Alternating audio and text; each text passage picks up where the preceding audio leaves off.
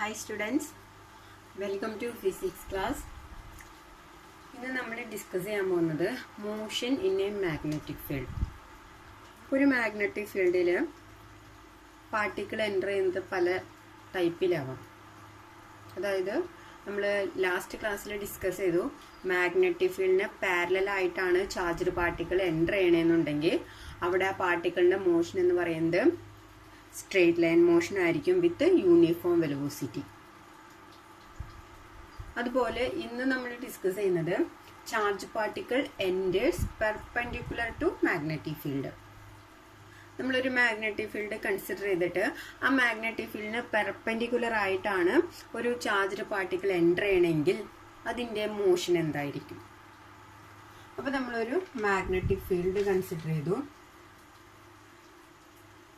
Uniform magnetic field ആണ്. അതിൻ്റെ direction നമ്മൾ ഇങ്ങോട്ടേക്കാണ് മാർക്ക് ചെയ്യുന്നത്. ഇനി നമ്മളോട് പറഞ്ഞിരിക്കുന്നത് ചാർജ്ഡ് പാർട്ടിക്കിൾ ഈ മാഗ്നറ്റിക് ഫീൽഡിന് പെർപെൻഡിക്കുലർ ആയിട്ട് എൻ്റർ ചെയ്യുന്നു. അതായത് ക്യൂ എന്ന് പറയുന്ന ഒരു പാർട്ടിക്കിൾ ഇങ്ങനെയാണ് എൻ്റർ ചെയ്യുന്നതെങ്കിൽ, അതായത് ചാർജ്ഡ് പാർട്ടിക്കിൾ മൂവ് ചെയ്യുന്ന വെലോസിറ്റി v ആണ്. സോ ഇവിടെ നമ്മൾ നോക്കുകയാണെങ്കിൽ മാഗ്നറ്റിക് ഫീൽഡും ചാർജ്ഡ് പാർട്ടിക്കിളും അല്ലെങ്കിൽ ആ വെലോസിറ്റിയും തമ്മിലുണ്ടാക്കുന്ന ആംഗിൾ നമുക്ക് 90 ആണെന്ന് കിട്ടി. അപ്പൊ ഇങ്ങനെയുള്ള സമയത്ത് ആ പാർട്ടിക്കിളിന്റെ മോഷൻ എങ്ങനെയായിരിക്കും? അപ്പൊ നമുക്കറിയാം, ഈ മാഗ്നറ്റിക് ഫീൽഡിൽ പ്ലേസ് ചെയ്യുമ്പോൾ ഈ ചാർജിനെ പ്ലേസ് ചെയ്ത് കഴിഞ്ഞാൽ ഇവിടെ ഒരു ഫോഴ്സ് എക്സ്പീരിയൻസ് ചെയ്യും. ആ ഫോഴ്സിനെയാണ് നമ്മൾ ലോറന്റ് ഫോഴ്സ് എന്ന് പറയുന്നത്. So the Lorentz force experienced by the charged particle നമുക്ക് എങ്ങനെ എഴുതാം? എഫ് ഈക്വൽ ടു, നമ്മൾ മാഗ്നറ്റിക് ലോറന്റ് ഫോഴ്സ് പഠിച്ചിട്ടുണ്ട്, Q into V cross B ആണ്. That is QVB sine theta. That means ഈ ഒരു മാഗ്നറ്റിക് ഫീൽഡിലേക്ക് ഈ ചാർജ്ഡ് പാർട്ടിക്കിൾ എൻ്റർ ചെയ്യുമ്പോൾ ഇവിടെ എക്സ്പീരിയൻസ് ചെയ്യുന്ന ഫോഴ്സ് ആണ് QVB സൈൻ തീറ്റ. ഇവിടെ തീറ്റയുടെ വാല്യൂ നമുക്കറിയാം, ചാർജ്ഡ് പാർട്ടിക്കിൾ എൻ്റർ ചെയ്യുന്നത് മാഗ്നറ്റിക് ഫീൽഡിന് പെർപെൻഡിക്കുലർ ആയിട്ടാണ്.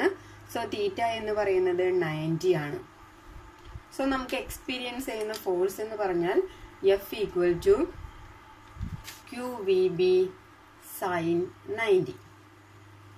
സൈൻ 90യുടെ വാല്യൂ 1 ആണ്. സോ നമുക്ക് എക്സ്പീരിയൻസ് ചെയ്യുന്ന ലോറന്റ് ഫോഴ്സ് എന്ന് പറഞ്ഞാൽ QVB എന്ന് കിട്ടി. സോ യൂണിഫോം മാഗ്നറ്റിക് ഫീൽഡിന് പെർപെൻഡിക്കുലർ ആയിട്ട് ചാർജ്ഡ് പാർട്ടിക്കിൾ എൻ്റർ ചെയ്യുകയാണെങ്കിൽ അവിടെ എക്സ്പീരിയൻസ് ചെയ്യുന്ന ഫോഴ്സ് ആണ് QVB. അപ്പൊ എന്തായാലും ഇവിടെ ഒരു ഫോഴ്സ് ഉണ്ട്. അപ്പൊ ആ ഫോഴ്സ് കാരണം കൊണ്ട് എന്ത് സംഭവിക്കും? ഈ പാർട്ടിക്കിളിന് അതിന്റെ മൂവ്മെന്റ് ഒന്ന് ഡിഫ്ലക്ഷൻ സംഭവിക്കും. അതായത് ഇപ്പൊ ഇങ്ങനെയുള്ളൊരു ചാർജ്ഡ് പാർട്ടിക്കിള് ഇതിപ്പോ എൻ്റർ ചെയ്തുകൊണ്ടിരിക്കുകയാണ്. അപ്പോൾ ഈ ഒരു ഡയറക്ഷനിൽ ഇപ്പോൾ ഫോഴ്സ് വരാണെന്നുണ്ടെങ്കിൽ അത് ഇങ്ങോട്ട് ഡിഫ്ലക്ട് ചെയ്യും. ഇനി അതല്ല, ഈ ഒരു പാർട്ടിക്കിൾ ഇങ്ങനെ മൂവ് ചെയ്യുമ്പോൾ ഇപ്പുറത്തുനിന്ന് ഒരു ഫോഴ്സ് വരാണെങ്കിൽ അത് അതിന്റെ ഓപ്പോസിറ്റ് ഡയറക്ഷനിലേക്ക് ഡിഫ്ലക്ട് ചെയ്യും. സോ ഈ ഒരു മാഗ്നറ്റിക് ഫീൽഡിൽ പെർപെൻഡിക്കുലർ ആയിട്ട് ചാർജ്ഡ് പാർട്ടിക്കിൾ എൻ്റർ ചെയ്യുകയാണെങ്കിൽ അവിടെ ഒരു ഫോഴ്സ് പ്രൊഡ്യൂസ് ചെയ്യും. ആ ഫോഴ്സ് കാരണം ഈ ചാർജ്ഡ് പാർട്ടിക്കിളിന്റെ പാത്തിനൊരു ഡീവിയേഷൻ ഉണ്ടായിരിക്കും. ഓക്കെ, സോ ആ ഡീവിയേഷൻ കാരണം ഈ ചാർജ്ഡ് പാർട്ടിക്കിള് മൂവ് ചെയ്യുന്ന ആ പാത്ത് എന്ന് പറയുന്നത് ഒരു സർക്കുലാർ പാത്തായിരിക്കും. ഓക്കെ, അപ്പോൾ ഓരോ തവണ മൂവ് ചെയ്യുമ്പോഴും അവിടെ ഫോഴ്സ് പ്രൊഡ്യൂസ് ചെയ്യും. ആ ഫോഴ്സ് പ്രൊഡ്യൂസ് ചെയ്യുന്നത് കാരണം അവിടെ പാർട്ടിക്കിളിന്റെ മൂവ്മെന്റ് എന്ന് പറയുന്നത് എന്തായിരിക്കും? Circular പാത്തായിരിക്കും.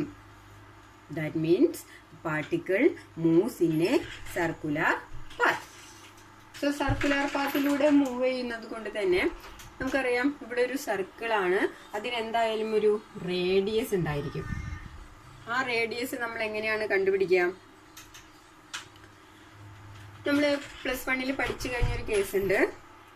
Any body moves in a circular manner cause centripetal force. Circular ഷേപ്പുള്ള ഒരു ബോഡി അല്ലെങ്കിൽ ഒരു പാർട്ടിക്കിൾ സർക്കുലർ പാത്തിൽ കൂടെ മൂവ് ചെയ്യുകയാണെങ്കിൽ അതിനെന്തുണ്ടായിരിക്കും? ഒരു സെൻട്രിപിറ്റൽ ഫോഴ്സ് ഉണ്ടായിരിക്കും. അപ്പൊ ആ സെൻട്രിപിറ്റൽ ഫോഴ്സ് എന്ന് പറയുന്നത് നമുക്കറിയാം, എഫ് സെൻട്രി എന്ന് പറയുന്നത് mv²/r ആണ് സെൻട്രിപിറ്റൽ ഫോഴ്സ്. സോ ഈ ഒരു മാഗ്നറ്റിക് ഫീൽഡിലേക്ക് പെർപെൻഡിക്കുലർ ആയിട്ട് എൻ്റർ ചെയ്യുന്ന ആ ചാർജ്ഡ് പാർട്ടിക്കിള് സർക്കുലർ പാത്തിലൂടെ ആയിരിക്കും മൂവ്മെന്റ് എന്ന് പറഞ്ഞു. അതുകൊണ്ട് തന്നെ ഇവിടെ ഒരു സെൻട്രിപിറ്റൽ ഫോഴ്സ് ഉണ്ടായിരിക്കും. ഈ സെൻട്രിപിറ്റൽ ഫോഴ്സും ലോറന്റ് ഫോഴ്സും ബാലൻസ് ആകുന്ന ഒരു കണ്ടീഷൻ വരും, അല്ലെങ്കിൽ ബാലൻസ് ആയിരിക്കും. ഇനി ബാലൻസ് അല്ല എന്നുണ്ടെങ്കിൽ എന്ത് സംഭവിക്കും? ഇവിടെ ആക്ട് ചെയ്യുന്ന സെൻട്രിപിറ്റൽ ഫോഴ്സ് ഇവിടെ ആക്ട് ചെയ്യുന്ന ഫോഴ്സിന് ബാലൻസ് അല്ലെങ്കിൽ ഈക്വൽ അല്ല എന്നുണ്ടെങ്കിൽ ഇതിന്റെ സർക്കംഫറൻസ് കുറഞ്ഞ് ഇത് അവസാനം പാർട്ടിക്കിൾ റെസ്റ്റിൽ വരും. സോ ഇവിടെ നമ്മൾ അറിഞ്ഞിരിക്കേണ്ട ഒരു കാര്യം, ഈ സർക്കുലർ പാത്തിന്റെ ആക്ട് ചെയ്യുന്ന സെൻട്രിപിറ്റൽ ഫോഴ്സും പാർട്ടിക്കിളിൽ ആക്ട് ചെയ്യുന്ന ലോറന്റ് ഫോഴ്സും ബാലൻസ് ആയിരിക്കും. അതല്ല എന്നുണ്ടെങ്കിൽ നമുക്കതിനെ ഈക്വൽ എന്ന് പറയാം. സോ നമുക്ക് ഇവിടുന്ന് കിട്ടുന്ന ഒരു idea QVB, that means Lorentz force acting on the particle, which is equal to centripetal force provided by the particle. എന്തുകൊണ്ടാണ് നമ്മൾ സെൻട്രിപിറ്റൽ ഫോഴ്സ് ഇവിടെ എടുക്കാൻ കാരണം? പാർട്ടിക്കിളിന്റെ മോഷൻ എന്ന് പറയുന്നത് സർക്കുലർ മോഷൻ ആണ്. Any circulating body causes centripetal force. എന്തുകൊണ്ടാണ് centripetal ഫോഴ്സും ലോറന്റ് ഫോഴ്സും ഈക്വൽ എന്ന് പറയുന്ന ഒരു കണ്ടീഷൻ നമ്മൾ കൺസിഡർ ചെയ്യുന്നത്?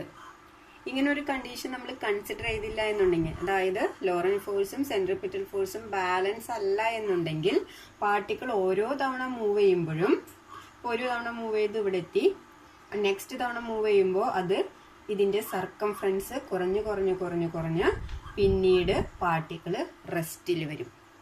ഓക്കെ, അപ്പൊ അതുകൊണ്ടാണ് ലോറന്റ് ഫോഴ്സും സെൻട്രിപിറ്റൽ ഫോഴ്സും ബാലൻസ് എന്ന് പറയുന്ന ഒരു കണ്ടീഷൻ നമ്മൾ കൺസിഡർ ചെയ്യുന്നത്. ഓക്കെ, അപ്പൊ ഇത് ബാലൻസ് ആയി കഴിഞ്ഞു. അപ്പൊ നമുക്കൊരു ഇക്വേഷൻ കിട്ടി. ഈ ഇക്വേഷനെ നമ്മളൊന്ന് റീഅറേഞ്ച് ചെയ്യുകയാണെങ്കിൽ നമുക്ക് ഇവിടുന്ന് പാർട്ടിക്കിൾ മൂവ് ചെയ്യുന്ന ആ സർക്കുലർ പാത്തിന്റെ റേഡിയസ് കിട്ടും. ഇവിടെ നോക്കുകയാണെങ്കിൽ ഇവിടെ വെലോസിറ്റിയിൽ ഒരെണ്ണം ഇവിടെയും ക്യാൻസൽ ചെയ്ത് പോകും. ബാക്കി വരുന്നത് QB = mv/r.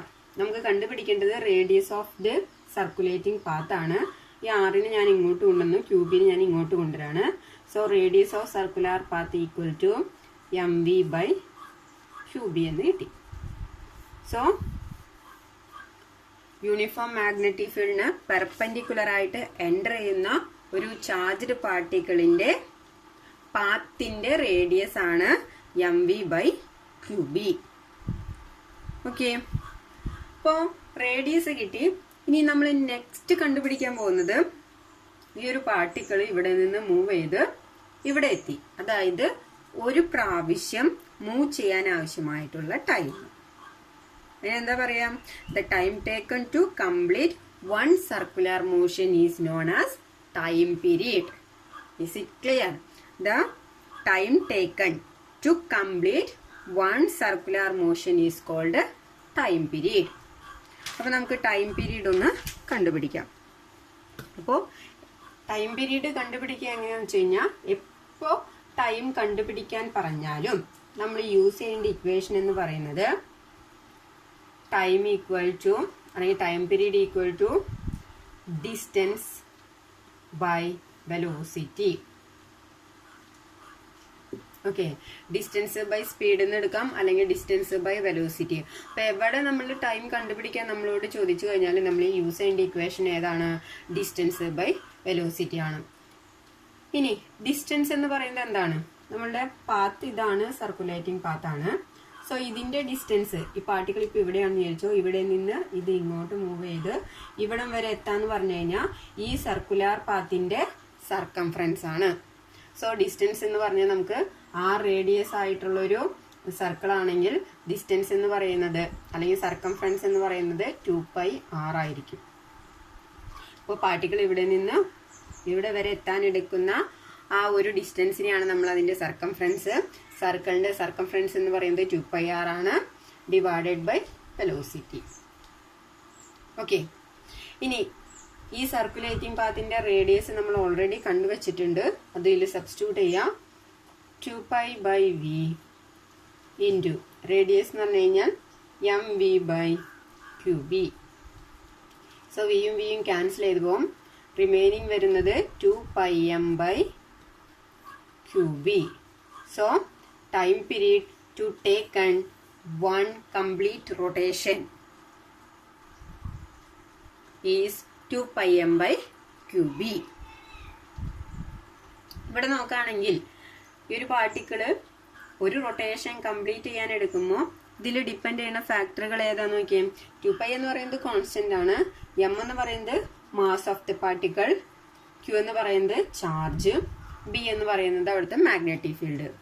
ഈ ടൈമിൽ നോക്കുകയാണെങ്കിൽ ടൈം പീരീഡ് എന്ന് പറയുന്നത് ഇൻഡിപെൻഡന്റ് ഓഫ് വെലോസിറ്റി ആണെന്ന് പറയാം.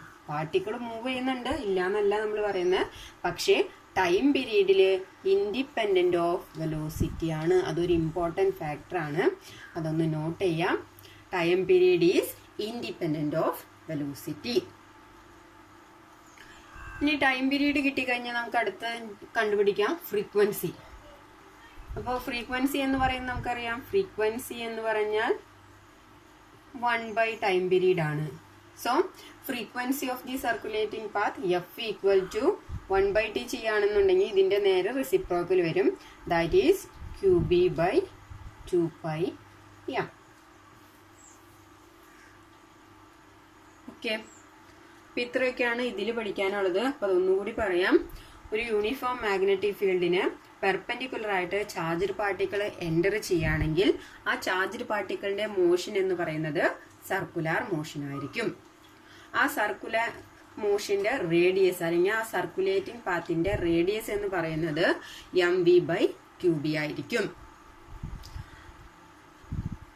പാർട്ടിക്കിള് ഒരു തവണ റൊട്ടേഷൻ കഴിഞ്ഞാൽ എടുക്കുന്ന time, that is the time period. Time period എന്ന് പറയുന്നത് 2πm by QB. ഈ ടൈം പീരീഡ് എന്ന് പറയുന്നത് ഇൻഡിപെൻഡന്റ് ഓഫ് വെലോസിറ്റി ആണ്. അതേപോലെ തന്നെ ഈ സർക്കുലേറ്റിംഗ് പാത്തിന്റെ ഫ്രീക്വൻസി എന്ന് പറയുന്നത് QB by 2πm. ഇതാണ് ചാർജ്ഡ് പാർട്ടിക്കിൾ പെർപെൻഡിക്കുലർ ആയിട്ട് മാഗ്നറ്റിക് ഫീൽഡിന് പെർപെൻഡിക്കുലർ ആയിട്ട് എൻ്റർ ചെയ്താൽ പഠിക്കാനുള്ള കാര്യങ്ങൾ.